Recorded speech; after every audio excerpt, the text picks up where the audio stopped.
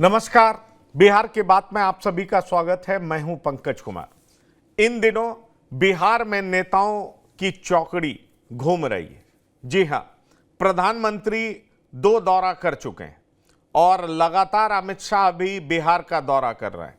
लेकिन अगर आप तेजस्वी यादव और मुकेश साहनी की बात करें तो वो भी हेलीकॉप्टर से घूमते हुए नजर आ रहे हैं और कई सारे फोटोग्राफ्स भी अपने सोशल साइट्स पर डाल रहे हैं। पिछले दिनों नवरात्रा के दिन मछली खाने का फोटो डाला था, उसके बाद बीजेपी ने उनको सवालों के घेरे में लिया था। सवाल यह है कि पहले फेज को लेकर के होने वाले कैंपेन में कौन से उम्मीदवार भारी पड़ रहे हैं। पहले फेज में 4 जगह पर चुनाव होना है। ऐसे में सवाल उठता है कि 4 जगह पर होने वाले चुनाव में किसका पड़ रहा है भारी। अगर आप लालू प्रसाद की बात करें तो लालू प्रसाद ने औरंगा और नवादा में कुशवाहा समाज पर भरोसा किया। वैसे अगर औरंगाबाद की बात करें तो वहां सबसे ज्यादा आबादी राजपूत की है, उसके बाद यादव की है। तो फिर कुशवाहा समाज के उम्मीदवार अभय कुशवाहा को उन्होंने टिकट क्यों दिया। और अगर हम नवादा की भी बात करें तो वहां सबसे ज्यादा आबादी भूमियारों की है, उसके बाद यादव की है और फिर कुशवाहा समाज की आबादी कही जाती है। ऐसे में सवाल उठता है कि अपने ताकतवर नेता राजवल्लभ यादव को दरकिनार करके, उनके परिवार को दरकिनार करके नवादा से श्रवण कुशवाहा को उम्मीदवार क्यों बनाए, वो भी तब जब श्रवण कुशवाहा को राजवल्लभ यादव के भतीजे ने एमएलसी के चुनाव में हरा दिया था। सवाल ऐसे कई हैं। गया में जीतन राम मांझी हैं, हिंदुस्तानी आवाम मोर्चा के सिरमौर, और उनके सामने कुमार सर्वजीत हैं। और जहां तक जमुई का सवाल है तो चिराग पासवान की पहली परीक्षा इस चुनाव में जमुई में ही होने वाली है। चिराग पासवान 2 बार से सांसद थे, लेकिन उन्होंने इस बार जमुई छोड़ दिया और उनके बहनोई अरुण भारती मैदान में।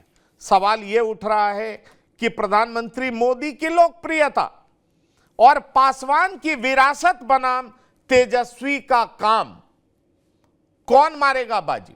क्योंकि तेजस्वी यादव घूम घूम कर कह रहे हैं कि 17 महीने में उन्होंने वो सब कुछ कर दिखाया जिसको लेकर के मुख्यमंत्री नीतीश कुमार पहले कहा करते थे इतनी नौकरियां कहां से आएंगी, हम पैसे कहां से लाएंगे, सैलरी कहां से देंगे। लेकिन हमने 5 लाख लोगों को नौकरी दिया क्योंकि 17 महीने हम सरकार में थे।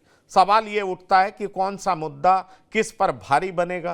प्रधानमंत्री मोदी के कामों की सराहना होगी, लोग उसको अप्रूव करेंगे, अप्रूवल के लिए वोट डालेंगे, या लोकल मुद्दे हावी होंगे, इस बात की हम चर्चा करेंगे। इसलिए हम आपको बता दें कि लालू यादव का यह दाव कुशवाहा और साथ ही साथ उन्होंने मुकेश साहनी को अपने साथ जोड़ लिया है। साहनी फैक्टर कितना काम करेगा, क्योंकि गया में भी मुकेश साहनी दहाड़ते नजर आए, आज जमुई में मुकेश साहनी दहाड़ते नजर आ रहे हैं। ऐसे में सवाल उठता है कि अलग अलग जगहों पर मुकेश साहनी जिस तरीके से दहाड़ रहे हैं उससे महागठबंधन को कितना फायदा होगा, एनडीए को कितना नुकसान होगा, या कोई फर्क नहीं पड़ेगा। इसकी चर्चा हम करेंगे। हमारे साथ जुड़ने जा रहा है एक पैनल जिनसे मैं आपका परिचय करा दूं। हमारे साथ संजीव पांडे जुड़ चुके हैं, आपका बहुत बहुत स्वागत है, राजनीतिक विश्लेषक हैं। हमारे साथ विनय कुमार जुड़ चुके हैं, वरिष्ठ पत्रकार हैं, आपका बहुत स्वागत है विनय जी। मेरा सीधा सवाल है संजीव पांडे जी आपसे, चुनाव का कैंपेन अगर हम पहले चरण की बात करें तो पहले चरण में आपने देखा अमित शाह भी पहुंचे, नरेंद्र मोदी भी पहुंचे, अभी लगातार कई नेता पहुंचेंगे। 19 अप्रैल को चुनाव होना है। और अगर आप लालू प्रसाद को देखें तो लालू प्रसाद 4 सीटों पर 2 सीट नवादा और औरंगाबाद, यहां पर उन्होंने कुशवाहा समाज पर दांव खेला है। 2 कुशवाहा उम्मीदवार को मैदान में उतारा है। लालू प्रसाद की यह कौन सी रणनीति है जो आपको असरदार होती दिख रही है। आपको लग रहा है कि पहले फेज में इन 2 सीटों की अगर हम बात करें तो यहां पर कुशवाहा फैक्टर एनडीए को धूल चटा देगा, या एनडीए यहां पर विजयी होगा, क्योंकि प्रधानमंत्री मोदी की लोकप्रियता सारी चीजों से ऊपर दिखाई पड़ रही है और एक बार फिर से बीजेपी कमल खिलाने में आपको कामयाब होती नजर आ रही है। देखिए, मैं दो लोकसभा सीट की जानकारी दे सकता हूं, क्योंकि दोनों लोकसभा सीट से मेरा सीधा संबंध है।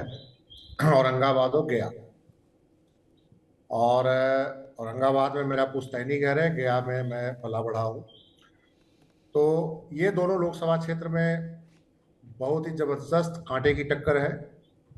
और प्रधानमंत्री जी की लोकप्रियता का, जो 2019 की लोकप्रियता कहीं नहीं दिख रही है, और जनता चुप है।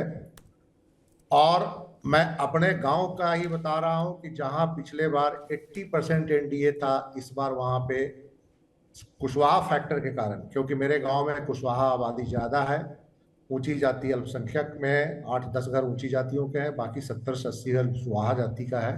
कुटुंबा प्रखंड में मेरा गांव पड़ता है, पुश्तैनी गांव जो है, औरंगाबाद जिले का। और वहां पे कल मैंने फोन किया था, तो उन्होंने कहा कि बराबर की टक्कर है और कुशवाहा वोटों में आरजेडी सेंध लगाने में कामयाब रही है। तो ये क्लियर कट है कि औरंगाबाद सीट और गया सीट दोनों, गया में भी, बोधगया में चूंकि मेरा घर है, बोधगया में मैं बचपन से ही रहा हूँ। तो बोधगया में भी, और जो गया में मैंने लिया है, भारतीय जनता पार्टी के कार्यकर्ताओं में उत्साह बिल्कुल नहीं दिख रहा है। कई मैंने भारतीय जनता पार्टी के वर्करों से बात करी, तो वो घर से निकल के प्रचार भी नहीं कर रहे हैं। कह रहे जीतन राम मांझी जी हैं, वो तो खुद ही जीत जाएंगे, बहुत ताकतवर नेता है। तो मेरा ये मानना है कि गया और औरंगाबाद दोनों सीट पे भारतीय जनता पार्टी को, जो एनडीए गठबंधन, एक जगह बीजेपी के कैंडिडेट है, एक जगह हम के कैंडिडेट है जीतन मांझी, दोनों जगह बहुत ही मजबूती से आरजेडी गठबंधन टक्कर दे रहा है। और ये सीट जो है अब इनके लिए बहुत आसान सीट नहीं है, और कुछ भी हो सकता है। अगर एनडीए 2019 में, चूंकि ये दोनों सीट एनडीए ने जीती थी, गया परंपरागत तौर से भाजपा के कब्जे में थी, लेकिन जेडीयू के, पिछली बार जेडीयू ने गठबंधन में लिया था, इस बार ये गठबंधन में जीतन राम मांझी के पास चला गया है। तो ये दोनों सीटों पे भारतीय जनता पार्टी को कड़ी चुनौती मिल रही है, और यहाँ पे कुछ भी हो सकता है। हम ये नहीं कर सकते कि ये सीटें जो है एनडीए को कंफर्म है। और भारतीय जनता पार्टी की बड़ी कोशिश है कि गया प्रॉपर, गया शहर और औरंगाबाद शहर, दो विधानसभा क्षेत्र जहां पे अर्बन वोटर बीजेपी के साथ हैं, वैश्य समुदाय की संख्या अच्छी होती है, तो वहां पे हम लीड ज्यादा से ज्यादा बनाने की कोशिश करें, क्योंकि ग्रामीण इलाकों के विधानसभा में बीजेपी के हारने के चांस बहुत ज्यादा है, एनडीए का हारने के चांस बहुत ज्यादा है। और दोनों लोकसभा क्षेत्र में मोदी की कोई लहर नहीं दिख रही है, मोदी की कोई लोकप्रियता मुझे फिलहाल नजर नहीं आ रही। विनय जी, क्या आप इस बात से सहमत हैं कि बिहार में हो रहे दो लोकसभा चुनाव की जहां तक बात करें, खासतौर पर नवादा और गया, माफ करिएगा, नवादा, गया, औरंगाबाद, अगर हम इन तीनों लोकसभा सीट की बात करें तो यहां पर मोदी की लोकप्रियता में कमी नजर आती है? क्या मोदी फैक्टर डोमिनेट नहीं कर रहा है? क्योंकि पहले फेज में 4 जगह पर चुनाव है।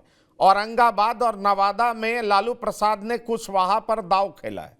ऐसे में सवाल उठता है कि कुशवाहा समाज की आबादी तो सर्वाधिक, सबसे ज्यादा नहीं है, औरंगाबाद में भी नहीं है, वहां भी सबसे ज्यादा राजपूत हैं, मिनी चित्तौड़गढ़ कहा जाता है, उसके बाद यादव हैं। नवादा की बात करें तो सबसे ज्यादा भूमिहार हैं, फिर यादव हैं, और यादव वहां पर निर्दलीय प्रत्याशी के तौर पर भी उतर आए हैं, राजवल्लभ यादव के भाई विनोद यादव उतर आए हैं। ऐसे में सवाल उठता है कि लालू यादव का ये दाव कितना असरदार आपको नजर आता है नवादा में और औरंगाबाद? लालू प्रसाद यादव ने सामाजिक समीकरण का ध्यान रखकर उन्होंने कुशवाहा उम्मीदवार को उतारा है। एक अच्छा प्रयोग है, क्योंकि मगध के इलाके में कुशवाहा वोटरों की संख्या अच्छी खासी है।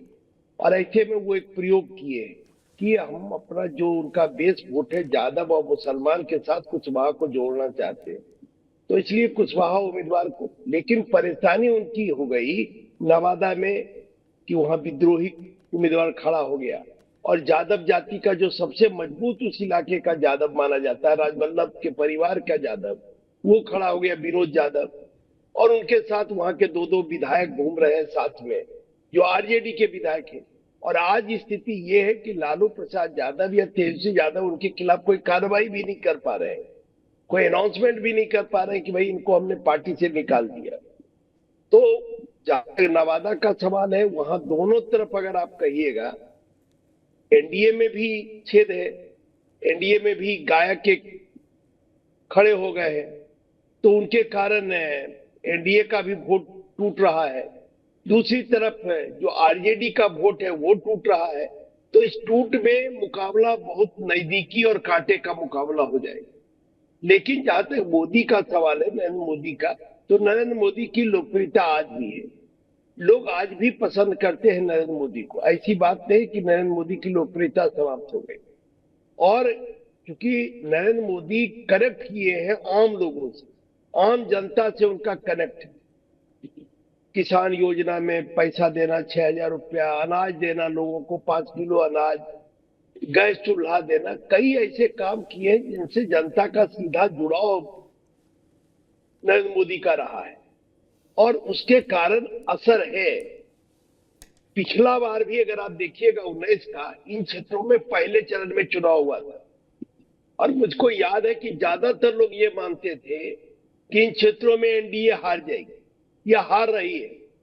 2019 में भी चुनाव के बाद भी जो बड़े बड़े नेता थे, हम लोगों से बातचीत करते थे और जानना चाहते थे भाई क्या स्थिति है। खास करके जमुई का स्थिति जानना चाहते थे कि भाई जमुई में क्या है, चिराग जीत रहे हैं कि नहीं। उस समय भी असमंजस की स्थिति थी, लेकिन चिराग पासवान 2019 में 2,40,000 से ज्यादा वोटों से जीतने में कामयाब हुए। और जब पहली बार भी चिराग पासवान लड़े 2014 में, तो 50% से ज्यादा वोट उनको मिला था। 19 में भी 50% से ज्यादा जमुई में मिला था। नवादा में, औरंगाबाद में भी यही स्थिति है। औरंगाबाद में सुशील कुमार सिंह के बारे में कहा जा रहा था उस समय कि वो हार जाएंगे, लेकिन सुशील कुमार सिंह के साथ भी प्लस पॉइंट है। प्लस पॉइंट ये है कि जो इनके खिलाफ पिछली बार उम्मीदवार थे उपेंद्र जी भारतीय जनता पार्टी में शामिल हो गए और कुशवाहा में डांगी कुशवाहा का जो संख्या है वो ज्यादा है इन इलाकों में, तो उपेंद्र उसी जात का प्रतिनिधित्व करते हैं। उनके भारतीय जनता पार्टी में आने से सुशील कुमार सिंह की स्थिति बेहतर होगी। रहा गया का इलाका का बात, तो गया में मांझी मतदाताओं की संख्या अच्छी है।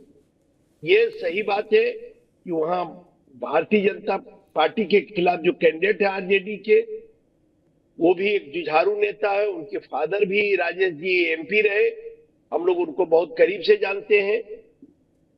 एक अच्छा मुकाबला दे रहे हैं, लेकिन वो परंपरागत सीट अगर आप देखेंगे तो भारतीय जनता पार्टी का परंपरागत सीट, और पिछला चुनाव में तो जदयू का सीट रहा था।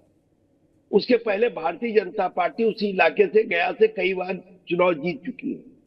तो भारतीय जनता पार्टी का उस इलाके में बेस है। प्रेम कुमार बड़े नेता उस इलाके में माने जाते हैं भारतीय जनता पार्टी, तो इनका भी सहयोग मिल रहा है। तो ऐसे स्थिति में चुनाव में तो कहीं कोई आप नहीं कह सकते कि वॉक ओवर की स्थिति होगी। जब तक रिजल्ट नहीं होता है, हर आदमी कहता है कि भाई मुकाबला है, और चुनाव को आप आसानी से ले भी नहीं सकते हैं, चाहे कोई भी गठबंधन का हो। गठबंधन में जब आमने सामने का चुनाव बिहार में हो रहा है तो हर जगह मुकाबला तो होगा ही, क्योंकि हर गठबंधन के पास अपना वोट है। लेकिन आज भी हमको लगता है कि मोदी का जादू है, कायम है। और जब केंद्र के स्तर पर ये लोग देखते हैं तो लगता है कि भाई मोदी को बनाना है। इसलिए नरेंद्र मोदी कहते हैं हर चुनावी सभा में कि आप किसको वोट दे रहे हैं ये मत देखिए, आपका हर वोट जो है, एक वोट जो है वो मोदी को पड़ रहा है, इसको आप देखिए। कैंडिडेट कौन है इस पर चिंता मत करिए, उसको मत ध्यान दीजिए। आप ये ध्यान दीजिए कि आप जो वोट दे रहे हैं मोदी को प्रधानमंत्री बनाने के लिए दे रहे हैं। नहीं, मोदी को प्रधानमंत्री बनाने के लिए वोट दे रहे हैं, ये बात बिल्कुल सच है और ये साफ दिखाई भी पड़ता है, क्योंकि आप कई उम्मीदवारों के मुंह से सुने तो वो कहते हैं कि मुझसे कोई गलती हुई है तो मेरे द्वारा की हुई गलती की सजा प्रधानमंत्री नरेंद्र मोदी को मत दीजिए। ये बिहार से लेकर के राजस्थान तक के नेताओं के मुंह से सुना जा रहा है। सवाल ये उठता है कि चाहे बेगूसराय में गिरिराज सिंह ऐसा बोलते हों या राजस्थान में कैलाश चौधरी इस तरह की बात बोल रहे हो, तो मोदी फैक्टर तो एक बड़ा फैक्टर है। लेकिन मैं आपसे यह समझना चाह रहा था, आपने कहा दांगी कुशवाहा, दांगी कोयरी जो हैं वो अभय कुशवाहा उसी समाज से आते हैं और मगध में इनकी बड़ी संख्या है। पर बड़ा सवाल ये उठता है कि एनडीए के साथ कुशवाहा समाज के, कुर्मी समाज के बड़े नेता हैं। खुद मुख्यमंत्री नीतीश कुमार हैं, वो बड़े नेता हैं, इतने सालों से मुख्यमंत्री हैं। उपेंद्र कुशवाहा एनडीए के साथ हैं। बिहार प्रदेश के अध्यक्ष सम्राट चौधरी खुद कुशवाहा हैं। ऐसे में सवाल उठता है कि क्या इन जगहों पर, अगर मैं 2 सीट की बात करूं संजीव पांडे जी, चाहे औरंगाबाद हो चाहे नवादा हो, तो क्या वहां के मतदाता स्थानीय नेताओं को देख रहे हैं या जो बड़े नेता हैं प्रदेश स्तर के उनको देख रहे हैं? क्योंकि अगर इन 2 जगहों पर ये कुशवाहा समाज के नेता जीतते हैं और लालू प्रसाद का ये प्रयोग सफल होता है, तो निश्चित तौर पर बड़े नेताओं के नेतृत्व पर सवाल उठेगा। और यह सवाल उठेगा कि उन्होंने जिस तरह का नेतृत्व दिया है उनकी पकड़ पूरे समाज में नहीं है। आज भी स्थानीय नेताओं को वोट दिया जा रहा है और लालू प्रसाद इस तरह के प्रयोग में सफल हो गए। देखिए, अपने पंकज जी, एक इम्पोर्टेंट सवाल ये है कि मोदी की लोकप्रियता स्थानीय नेता और जातीय गुणागणित से अलग एक इम्पॉर्टेंट फैक्टर है इस चुनाव में। वो है बढ़ती हुई बेरोजगारी, महंगाई, खराब शिक्षा व्यवस्था, खराब स्वास्थ्य व्यवस्था। और मैं अपने इलाके में देखता हूं कि पिछले 5 सालों में ये इलाका और बदहाल हुआ है। और मैं अपने बोध गया की चर्चा करूं तो हमारे यहाँ होटल और टूरिज्म इंडस्ट्री तबाह हो गया कोविड के बाद। हम सिर्फ जाति पे बात कर रहे हैं, हम सिर्फ नेता पे बात कर रहे हैं। मोदी जी की लोकप्रियता होगी, लोकप्रियता क्यों नहीं होगी? 18% मसाले की कीमतों में 18% इन्फ्लेशन है इस देश के अंदर। क्या बिहार उससे अलग है? जीरा 200 रुपए किलो जो था वो 800 रुपए किलो हो गया। क्या बिहार उससे अलग है? गया के लोग जीरा नहीं खाते, नवादा के लोग जीरा नहीं खाते। 5 किलो अनाज और 5 किलो राशन की जब बात होती है तो क्या हम इस बात को नहीं समझते कि ये मोदी जी की लोकप्रियता का पैमाना नहीं हो सकता है? आपने 2029 तक कह दिया कि हम 5 किलो अनाज देंगे 81 करोड़ लोगों को, तो ये आपकी विफलता है कि देश के 81 करोड़ जनता को आप गरीबी रेखा से ऊपर लाने में सफल नहीं हुए। और इसमें हमारे जिले गया, औरंगाबाद की भी बहुत बड़ी आबादी कवर होती है। और हमारे यहाँ से माइग्रेंट लेबरों की भीड़ जाती है दिल्ली और देश के दूसरे राज्यों में, जो मजदूरी कर रहे होते हैं। सवाल ये है कि मसला सिर्फ डांगी का कुशवाहा का नहीं है, अवधिया कुर्मी का नहीं है, और डांगी कुर्मी कोयरी का नहीं है, भूमिहार का नहीं है, राजपूत का नहीं है। हमारे यहाँ से भी लड़के फौज की तैयारी करते हैं, हर जाति के लड़के तैयारी करते हैं। प्रधानमंत्री जी की अग्निवीर योजना ने 4 साल में रिटायरमेंट दे दिया उनको। क्या ये मुद्दा नहीं है चुनाव में? मुद्दा ये भी है। और 4,000 6,000 रुपया अगर किसानों को दिया जा रहा है अगर प्रति एकड़, तो वो 2.5 एकड़ के किसानों के जो जोत को दिया जा रहा है, और उसका इनपुट कॉस्ट पता कीजिए कि जो इनपुट कॉस्ट किसानों को क्या है। 45 किलो का यूरिया हो गया 50 किलो की जगह। जो व्यवहारिक जनता के दिमाग में बातें अब जो चल रही है, उससे मोदी की लोकप्रियता जो एक कागजों में बनाई गई है वो नीचे गई है। और ये हमारे गया, औरंगाबाद, नवादा, हर जगह हम ये नहीं कहते कि 100% वोटर इस पे फैसला लेंगे, लेकिन आज भी 15 से 20% जो वोटर हैं इन मुद्दों पे भी वोट करेंगे। महंगाई पे भी वोट करेंगे, वो बेरोजगारी पे भी वोट करेंगे, वो अग्निवीर योजना पे भी वोट करेंगे। और ये सुशील सिंह जैसे जो लोग हैं, जो हमारे यहाँ जो हैं, या जीतन राम मांझी है, उनसे लोग सवाल पूछ रहे हैं इलाकों में। और नवादा तो मैं जानता नहीं, नवादा में मेरा कोई बहुत ज्यादा संपर्क नहीं है, लेकिन इन 2 जिलों में मेरे लोगों से बात होती है। जो एनडीए का वोट बैंक है, भूमिहार, राजपूत, आज इनके लड़के हमारे जिले में बेरोजगार हैं। मेरे परिवार में 4 ऐसे लोग हैं जो मजदूरी करते हैं बेंगलोर और बॉम्बे में। पिछले 5 सालों में उनकी स्थिति में कोई सुधार नहीं हुई। मेरे अपने परिवार में कोई सिक्योरिटी गार्ड है, कोई मजदूरी कर रहा है, कोई फैक्ट्री में काम कर रहा है। मोदी जी की लोकप्रियता का पैमाना ये भी है। 5 सालों में जो देश में हुआ है, तो गया, औरंगाबाद उससे अलग नहीं है। तो ये जो सारी चीजें हैं ये भी मुद्दे हैं। हम सिर्फ ये नहीं कहेंगे कि ठीक है कुशवाहा भी फैक्टर होगा, हमारे गांव में कुशवाहा जो पिछली बार टोटली एनडीए के साथ थे, वो 50% टूटे हुए हैं इस बार। 50% वो अभय कुशवाहा के साथ है, इसमें कोई शक नहीं है। जाति भी एक फैक्टर है, लेकिन उन्हीं में से कुछ जो यंग लड़के हैं वो बात करते हैं कि हमारे लिए बेरोजगारी भी मुद्दा है। उनके यहाँ की औरतें कहती है कि महंगाई भी एक मुद्दा है, हमें हर चीज के खरीदने में ज्यादा पैसा खर्च हो रहा है। अब महंगाई के लिए राज्य सरकार जिम्मेवार होगी, केंद्र सरकार जिम्मेवार होगी। तो ये जनता ने डिसाइड करना है। हो सकता है कि अगर बिहार की जनता अगर ये कहे कि नहीं महंगाई के लिए जिम्मेदार नीतीश कुमार है, राज्य सरकार है, तो हो सकता है मोदी को वोट देते हैं, ये हो सकता है। लेकिन मेरा मानना है कि एक बहुत बड़ा मुद्दा है और इसके कारण 10 से 15% भी वोटों का नुकसान एनडीए को हो रहा है, इसमें कोई दो राय नहीं है।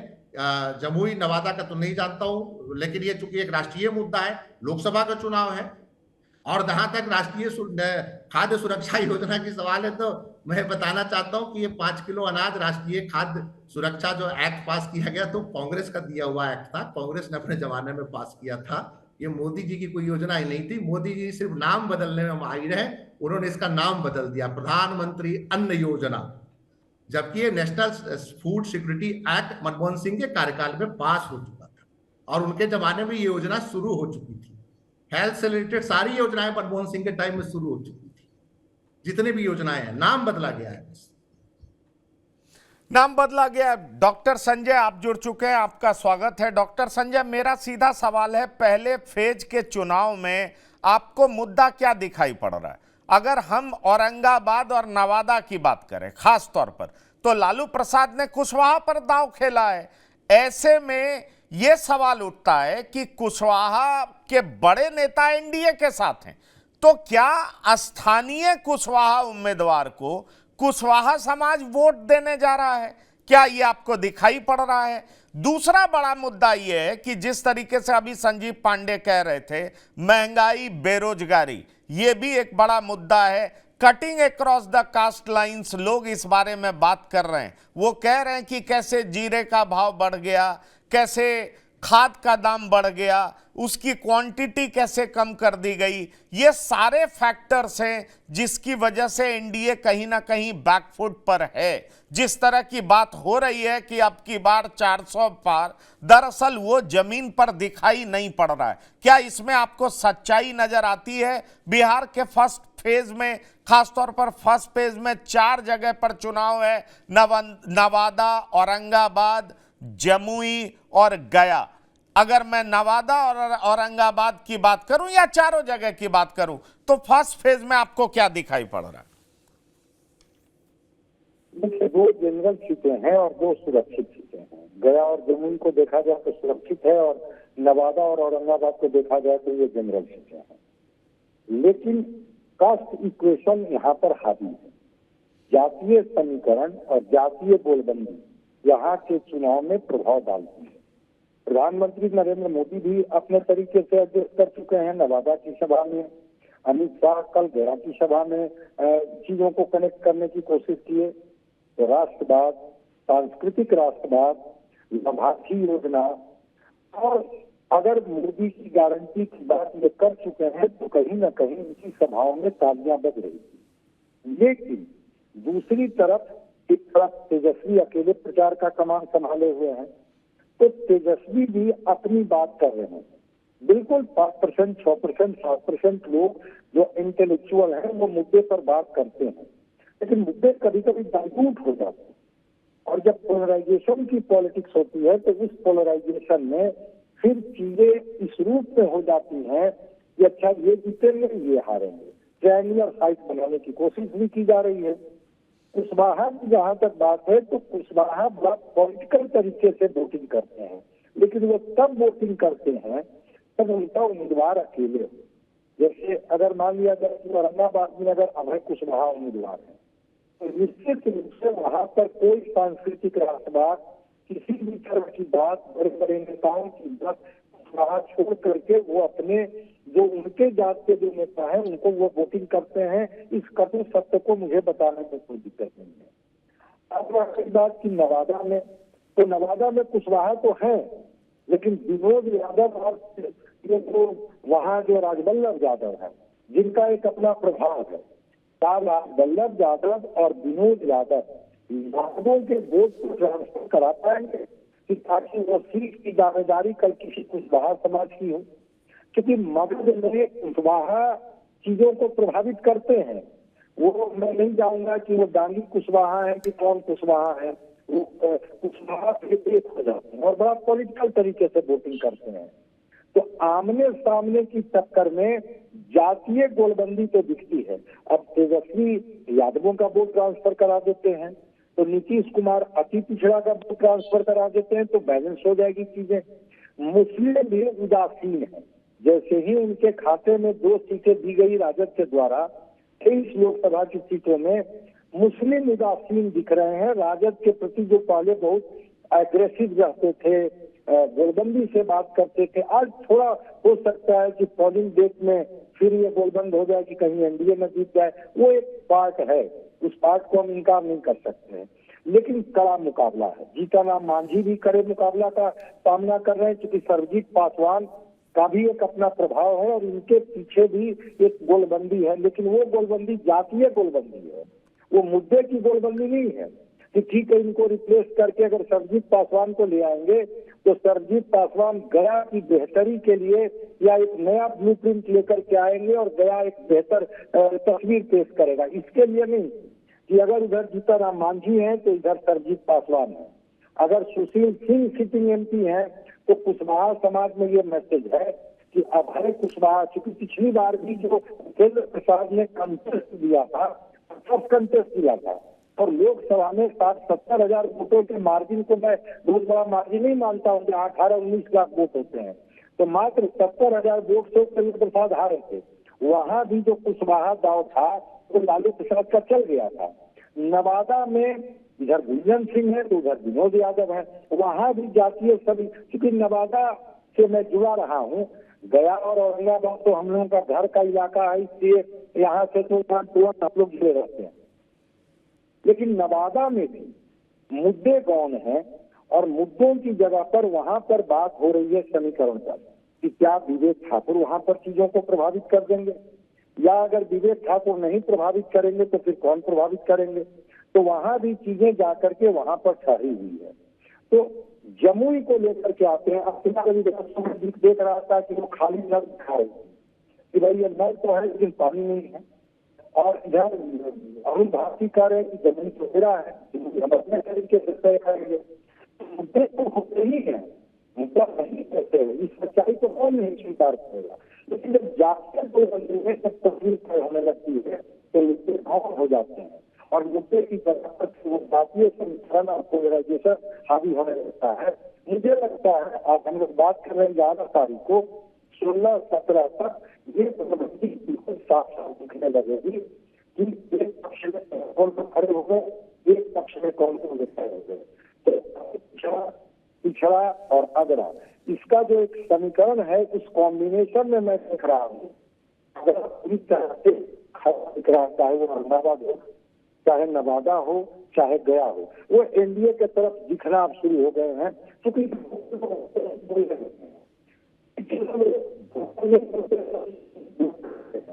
तो वो बहुत सामने है, लेकिन उनका चल रहा है वो एनडीए के पक्ष में नहीं है। बिल्कुल देखते हैं नीतीश कुमार जी के दोष होता है, नीतीश कुमार की सभाओं के बाद से क्या तस्वीर का चर्चा होती है। जमीन में दिखा नीतीश कुमार, नरेंद्र मोदी, जीतनराम मांझी उस मंच से लोगों को खा रहे थे, कनेक्ट कर रहे थे, साफ साफ गया था क्या कहने आए हैं, क्या बताने आए हैं। तो भारतीय रविदास अपने तरीके से कर रही है, ये भी अपने तरीके से कर रहे हैं, लेकिन मैं यही करूंगा कि जातीय समीकरण ही मगध की राजनीति होती है। संदीप पांडे मगध के ही हैं, जो बेहतर समझते हैं कि मुद्दे पर बात चाहे जितनी हो जाए, अंततः चीजें जाकर के रुक जाती है जातीय गोलबंदी पर, समीकरण पर। अगर ये इनके साथ खड़े हैं तो मैं इनके साथ खड़ा रहूंगा, और उसमें देखते हैं कि कौन भारी पड़ता है, कौन कमजोर पड़ता है। लेकिन कुशवाहा समाज का पोलराइजेशन आरजेडी के तरफ, महागठबंधन की तरफ दिख रहा है, और हमको लगता है कि परिणाम भी जब आएगा तो इसी के इर्द गिर्द होना चाहिए। ते परिणाम इसके इर्द गिर्द आना चाहिए। बीच में कई बार आपकी आवाज ब्रेक हो रही थी डॉक्टर संजय, लगता है आप प्रॉपर नेटवर्क जोन में नहीं हैं, थोड़ा सा उसको ध्यान में रखिएगा अगर कुछ ठीक हो सके तो, क्योंकि बीच बीच में आपकी आवाज गड़बड़ हो रही थी। विनय जी, इन दिनों हमने ये भी देखा है कि तेजस्वी यादव मुकेश साहनी को साथ लिए हुए कैंपेन कर रहे हैं। क्या मुकेश साहनी का भी इन सीटों पर प्रभाव है क्या? लालू प्रसाद ने 3 सीटें मुकेश साहनी को उत्तर बिहार में दिया, लेकिन तेजस्वी यादव मछली खाते हुए हेलीकॉप्टर में दिख रहे हैं और वो दिख रहे हैं कि दक्षिण बिहार में प्रचार करने जाना है तो वहां पर मुकेश साहनी जा रहे हैं। क्या मुकेश साहनी का प्रभाव गया में भी है? क्या मुकेश साहनी का प्रभाव जमुई में भी है? क्या मुकेश साहनी का असर नवादा और औरंगाबाद में भी है? जरा इस पर भी प्रकाश डालें, क्योंकि वीआईपी पार्टी बहुत उत्साहित है। भले ही मुकेश साहनी चुनाव नहीं लड़ रहे हैं, लेकिन वीआईपी पार्टी ये महसूस करने लगी है कि अगला डिप्टी सीएम मुकेश साहनी ही होने जा रहा है। नहीं, दरअसल क्या है कि मुकेश साहनी तो कहते हैं कि हमको 40 सीटों पर हमारा वोटर है, हर जगह मेरे जात और समाज का वोटर है और थोड़ी बहुत संख्या में वोटर है भी। लेकिन आप देखिए ना कि क्या तैयारी है अभी इंडिया गठबंधन की। 25% सीट जो है बिहार में, उस पर आज तक इंडिया गठबंधन अपना उम्मीदवार तय नहीं कर पाया। 40 में से 10 सीट यानी 25% सीट पर आज तक इंडिया का, जबकि 2 फेज का नामांकन समाप्त हो गया। पहले फेज के चुनाव में अब 1 सप्ताह का समय है।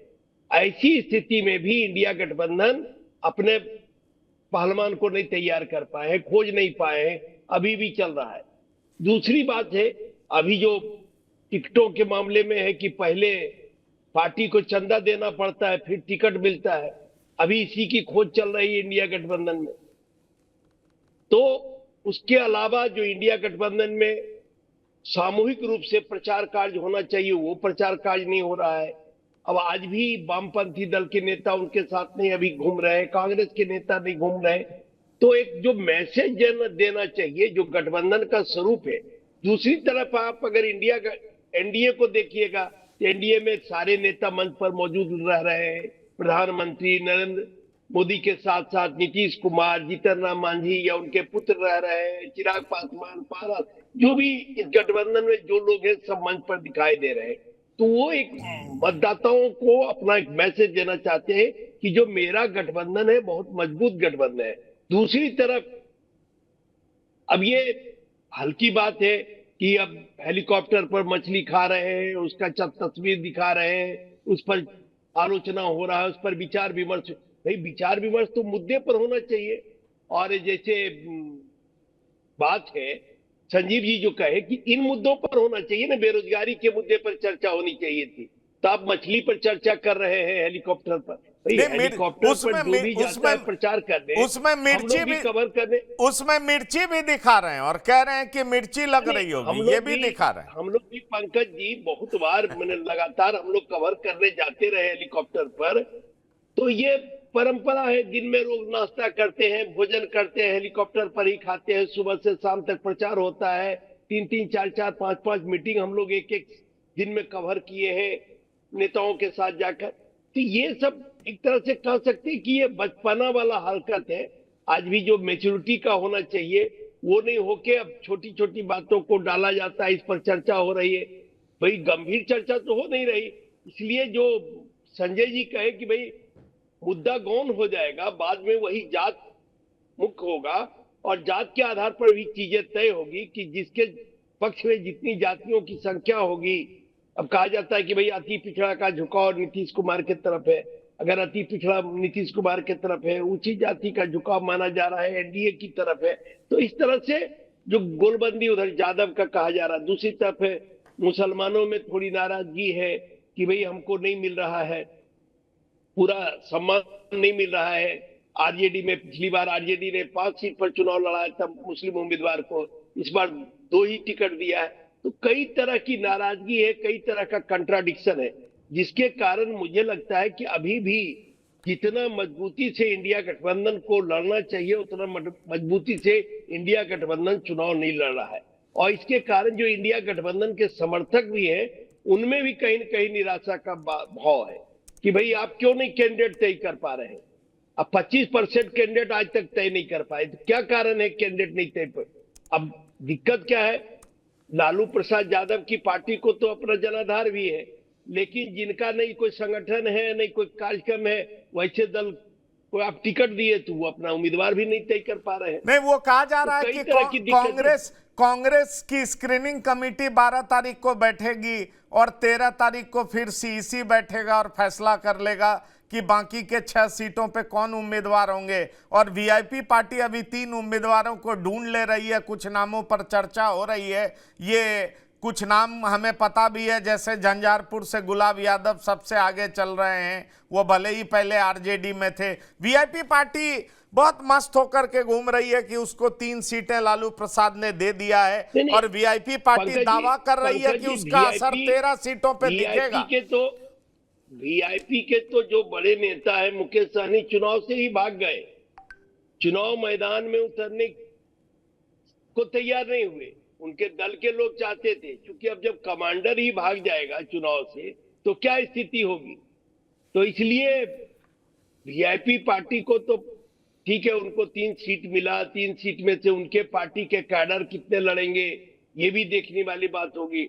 और जो सबसे महत्वपूर्ण सीट है सीवान, वो भी सीट पर किसको उम्मीदवार बनाया जाता है आरजेडी की तरफ से, वो भी बहुत हॉट सीट बिहार का माना जाता है। ठीक है विनय जी, पर मैं आ रहा हूं संजीव पांडे जी आपके पास। जमुई की चर्चा जरा कर लें। जमुई में पहली परीक्षा चिराग पासवान की होगी, डॉक्टर संजय।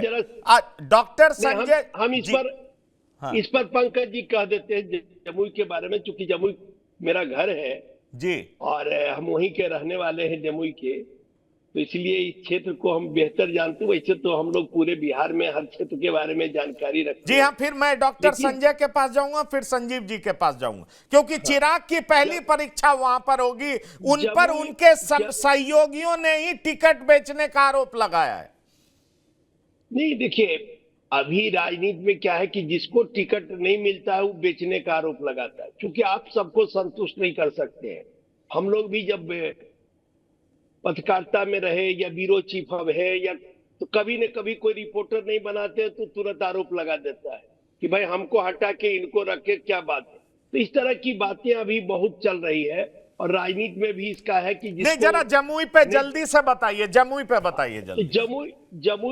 जमुई में सबसे रोचक बात यह है कि जमुई में 6 विधानसभा क्षेत्र है, उसमें से 5 विधानसभा क्षेत्रों पर एनडीए का कब्जा है। चकाय से वैसे निर्दलीय है, लेकिन वो नीतीश सरकार में मंत्री हैं, सुमित कुमार सिंह। दामोदर रावत झाझा से है, श्रेयसी सिंह जमुई से बीजेपी की है, मांझी प्रफुल्ल मांझी सिकंदरा से है। ये 4 जो विधानसभा क्षेत्र नहीं, लेकिन कहते हैं कि चिराग ने सीटें छोड़ दी है, इसलिए नाराजगी है। दूसरा, सुमित सिंह के भाई आरजेडी ज्वाइन कर लिए, इस दोनों का असर ज्यादा है। और 2 विधानसभा जो क्षेत्र है, एक मुंगेर जिला का तारापुर विधानसभा क्षेत्र है, जहां से राजीव अभी है एमएलए जदयू के, और उसी वो क्षेत्र गृह क्षेत्र है सम्राट चौधरी का, उनका भी बड़ा प्रभाव वाला क्षेत्र है। और एक विधानसभा क्षेत्र है शेखपुरा, जहां से आरजेडी के एमएलए है, लेकिन बरबीघा की राजनीति जो लोग जानते हैं, बरबीघा या शेखपुरा की राजनीति में अशोक चौधरी भी एक बड़े फैक्टर है, और अशोक चौधरी की छवि रही है एंटी राजो सिंह की राजनीति करने की भी है शेखपुरा जिले में, तो वो पिछड़ों में भी बड़ा लोकप्रिय है वहां शेखपुरा जिले में, तो उनका भी समर्थन मिल रहा है एनडीए के उम्मीदवार को। तो जहां एमएलए आरजेडी का है, लेकिन वहां अशोक चौधरी उसको मैनेज कर रहे हैं और उस बेहतर करने की कोशिश कर रहे हैं। बाकी जो 5 विधानसभा क्षेत्र है, वहां चूंकि एनडीए का एमएलए है, इसलिए एनडीए मजबूत दिखाई पड़ रहा है। दूसरी तरफ अब अजय प्रताप की कह रहे हैं, तो अजय प्रताप नरेंद्र सिंह वहां बड़े नेता हुआ करते थे। नरेंद्र सिंह के पिताजी श्रीकृष्ण सिंह भी बड़े समाजवादी नेता थे, जो 67 में पहली सम्मिलित सरकार बिहार में बनी तो उसमें मंत्री थे। फिर 77 में मुंगेर से सांसद भी रहे श्रीकृष्ण सिंह, उन्हीं के पुत्र नरेंद्र सिंह थे, वो बिहार में कृषि मंत्री रहे। अब उनके 3 पुत्र जमुई से एमएलए बने। एक पुत्र की हत्या हो गई, उनका निधन हो गया, और 2 पुत्र ये अभय भी जमुई से एक बार विधायक रहे नहीं, और सुमित ठीक चकाय से विधायक ठीक है। तो आपके लेकिन आपके हिसाब से अरुण भारती को एज है, अरुण भारती जीत रहा है क्योंकि जीत रहे हैं क्योंकि 6 में से 5 पर एनडीए के एमएलए हैं और 1 पर जहां नहीं है वहां अशोक चौधरी मैनेज कर देंगे। डॉक्टर संजय कुमार, आप सहमत हैं चिराग अपनी पहली परीक्षा में सफल हो जाएंगे, जमुई से उनके बहनोई जीत जाएंगे, क्योंकि प्रधानमंत्री ने अपना चुनावी कैंपेन भी वहीं से शुरू किया बिहार में। नहीं, पिछली बार भी 2019 में भी प्रधानमंत्री ने अपना चुनावी कैंपेन जमुई से ही शुरू किया था और जमुई को वो मानते हैं कि ये मेरा बड़ा ही लकी ये है। लेकिन इससे मैं सहमत नहीं हूँ कि चूंकि 4 एनडीए के एमएलए हैं या 5, इसकी वजह से जमुई का जो चुनाव होगा वो परिणाम एनडीए के हिस्से में होगा या चिराग के हिस्से में होगा, इससे मैं सहमत नहीं। एमएलए कोई और होता है और वोट का समीकरण कुछ और हो जाता है, लोकसभा में कुछ समीकरण हो जाता है, विधानसभा में कुछ समीकरण हो जाता है, तो वो अलग अलग दिखता है, ऐसा कुछ नहीं है। अब काराकाट में देख लीजिए ना, उपेंद्र कुशवाहा गए हैं लड़ना, महाबली सिंह लगातार जीतते हैं वहाँ, और 4-5 एमएलए जो हैं वो आरजेडी के हैं। इसका क्या मतलब कि आरजेडी ही वहाँ जीतते रही है, महाबली सिंह जीतते रहे हैं। तो एमएलए वहाँ से कौन है, इससे ज्यादा इम्पोर्टेंट रहता है कि जो जातीय अर्थमेटिक है वो कैसे बन पाता है और क्या वो अर्थमेटिक केमिस्ट्री बन पाएगी या नहीं बन पाएगी।